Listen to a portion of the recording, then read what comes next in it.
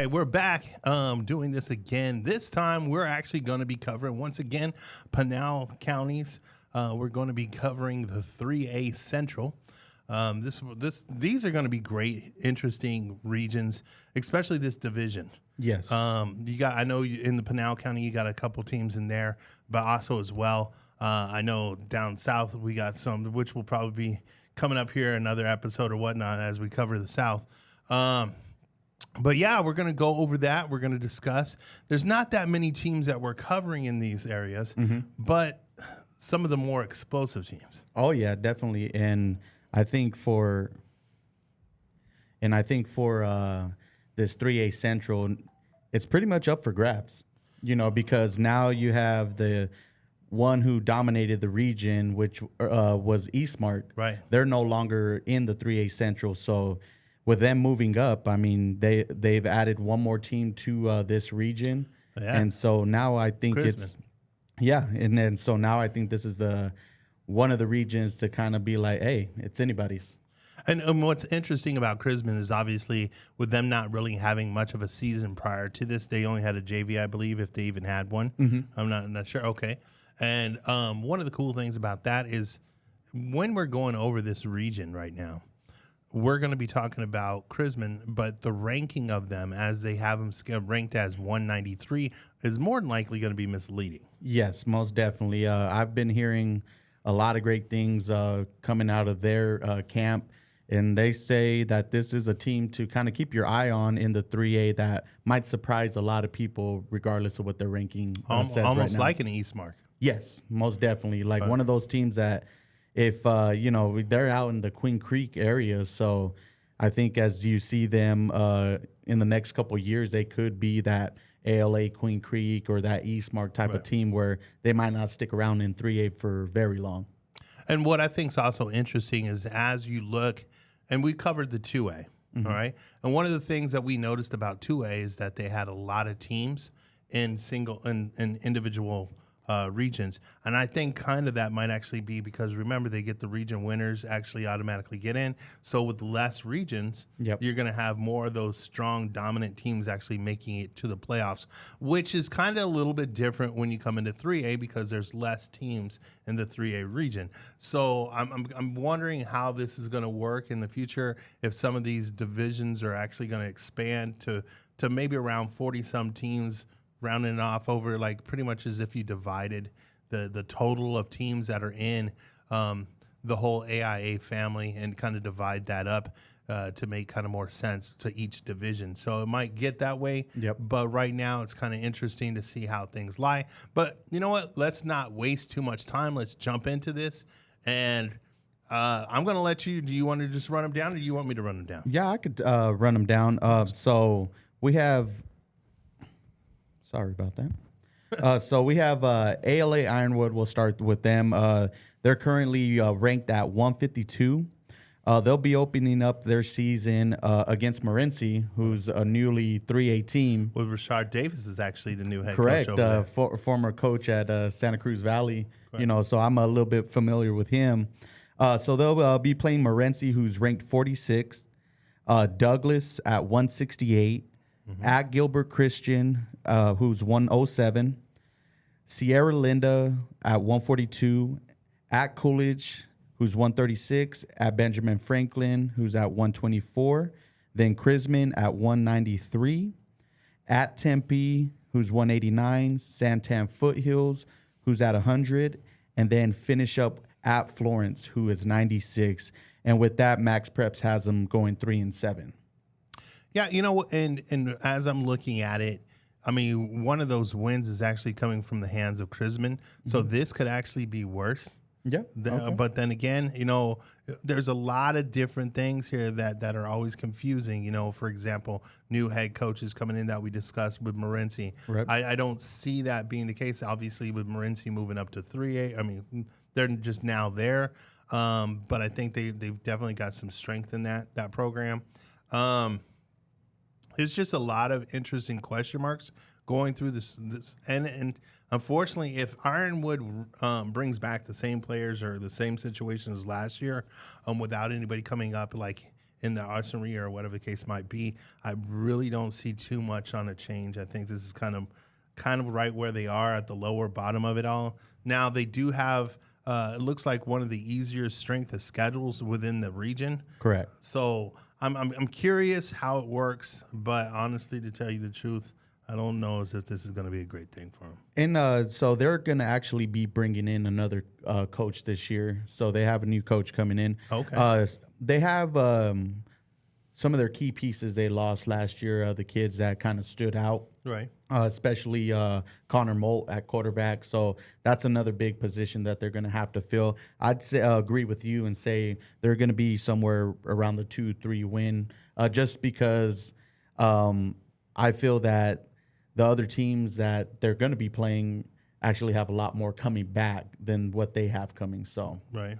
But I would definitely agree with you. Which is interesting because, like I had mentioned, they probably have one of the weaker strength of schedules, obviously, in this region that we're looking at, which just goes to show how dominant and how strong some of these schedules are going to be for this region. Oh, definitely. Well, I mean, another one that comes up is one of your favorites, your old Almada. Yeah. We're going to hit right into it with the Coolidge Bears, yeah. So Coolidge, it'll be an interesting one. They come in ranked at 136, but have a tough opener. This is actually the second year in a row that they'll be playing Sabino. Sabino is ranked 50th. Then they'll travel to Benjamin Franklin for a Thursday night game. Ben Franklin's at 124. Then they'll have their rivalry game against Santa Cruz, who's 172.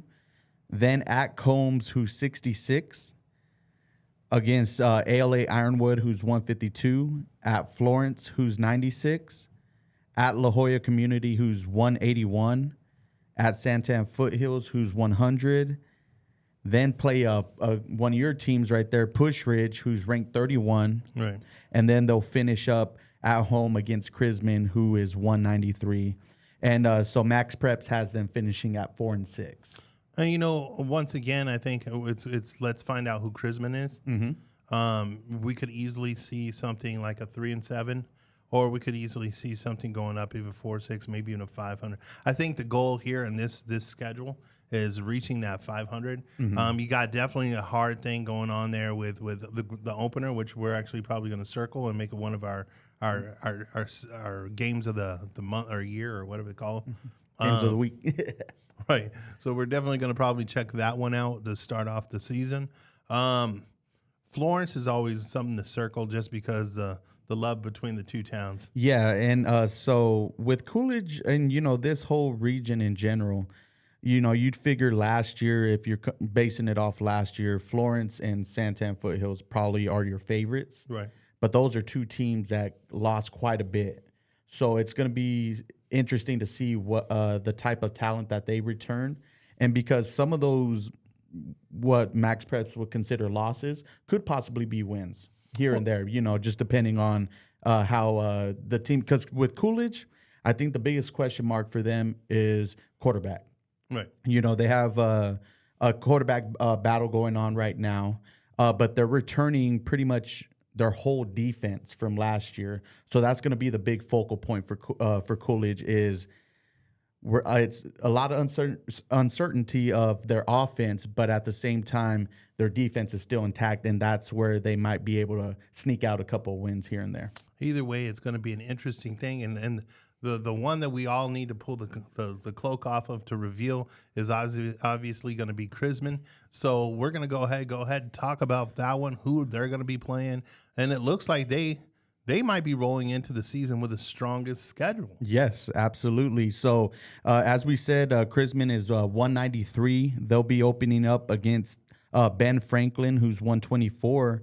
And then have two really tough matchups the next 2 weeks as they'll be traveling to Thatcher, who's 21, and traveling to Sabino, who's 50. And then they play Vista Grande at home, who's 118. So another potential good 4A team there. And then travel to Gilbert Christian, who's 107. They'll be hosting Winslow, who's 133. At ALA Ironwood, who's 152. Then Santan Foothills, who's 100, Florence, who's 96, And then, of course, they'll finish up at Coolidge, who's 136. And, just based off their rankings and everything, Max Preps has them going 0-10. But I can't. What you're going to have to do, and actually what I think is that you're going to have the tall tale be told the first 3 weeks of this. Yes. This schedule coming out, Benjamin Franklin, obviously with Thatcher and Sabino, 1, 2, 3s. And not only that, taking a travel in on Thatcher and it's Sabino as well. That's going to be the tall tale sign that's like who this team is. If they get dominated and destroyed, then, hey, look, they're still in that development stage. But if they come out and they're a dominant team against those three, right, I think that pretty much will tell everything. Oh, definitely. And so, I'm in the same boat as you.